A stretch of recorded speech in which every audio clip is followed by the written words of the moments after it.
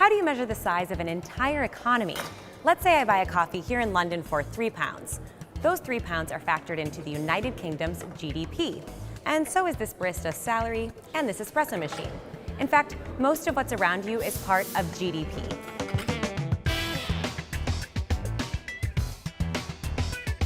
GDP is an important gauge of the overall health of an economy. It stands for Gross Domestic Product. Simply put, GDP measures the total value of all goods and services in a country. That means it measures a lot of stuff worth a lot of money. Here in the UK, GDP is around $2.5 trillion per year. In the United States, the world's biggest economy, it's around $19 trillion every year. How do you get to these numbers? Well, you can calculate GDP in a few different ways, but the most commonly used equation goes like this. Consumption plus investment plus government spending plus net exports equals GDP. Let's break that down. Consumption is another way of saying consumer spending. It's the money you or I spend on physical goods like coffee and on services like a haircut. In many developed economies like the UK or the US, consumer spending makes up more than half of a country's GDP. The second part of the GDP equation is investment. This measures how much businesses spend on things like buildings, land, and equipment. It also includes a major consumer investment, buying a home. Investment can take a hit when the economy is suffering. You can see in this chart domestic business investment plummeted in the US during the financial crisis. That's because companies were trying to save money instead of putting it towards things like factories, machinery, and equipment.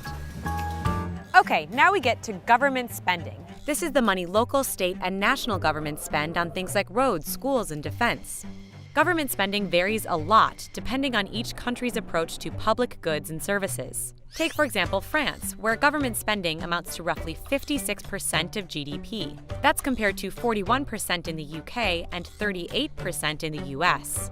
That brings us to the final part of the GDP calculation, net exports, or exports minus imports. A lot of countries have negative net exports, meaning they bring in more products than they send out. For example, the UK imports around $1 billion worth of coffee every year, but only exports around $315 million, meaning its net exports of coffee are negative. Countries around the world collect data on consumption, investment, government spending, and net exports. This makes GDP a universal measurement and a way for countries to stack up against one another.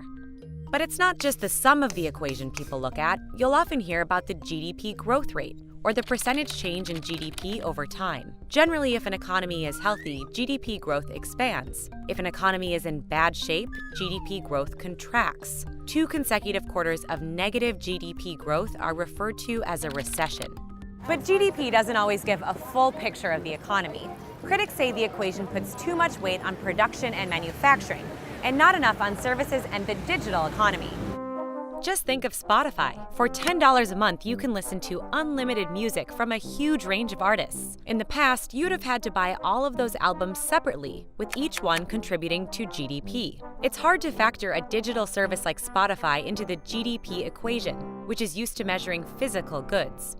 GDP also doesn't measure economic equality and well-being, so even if a country is really rich according to GDP, wealth may be spread unevenly. Plus, GDP excludes unpaid work, like volunteering for charity or childcare, and it doesn't factor in costs like pollution or illegal activity. Some experts have come up with alternative measures to GDP that measure overall happiness and quality of life, but so far none of these have stuck. Maybe it's just too hard to put an economic value on that first sip of Morning Joe.